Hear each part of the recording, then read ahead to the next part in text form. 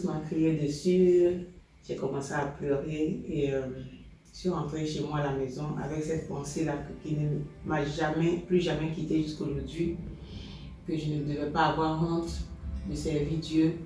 Et l'année qui a suivi, j'étais dans tous les groupes, j'étais à l'école de dimanche, j'étais très active jusqu'à ce que on quitte la ville.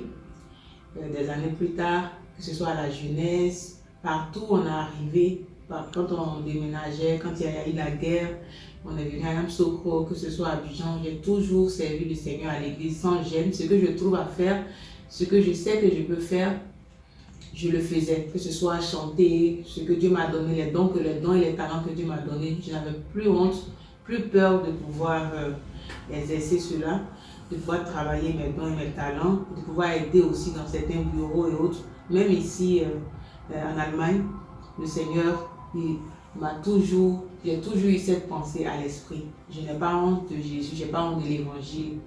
Et je voudrais vous dire par ce témoignage-là, que la honte, la timidité ne viennent pas de Dieu.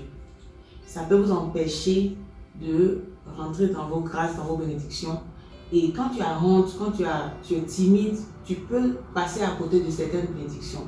Parce que quand on sert Dieu, Dieu il bénit ceux qui le servent. Il bénit ceux qui l'aiment. Quand tu aimes Dieu, tu le sers. Quand tu aimes ton prochain, tu le sers. Et en servant Dieu, tu sers ton prochain, tu sers l'église, tout le monde en bénéficie.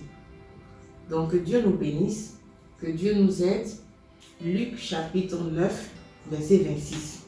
Et le verset est écrit ici, car quiconque aura honte de moi et de mes paroles, le Fils de l'homme aura honte de lui quand il viendra dans sa gloire et dans celle du Père et de ses saints anges.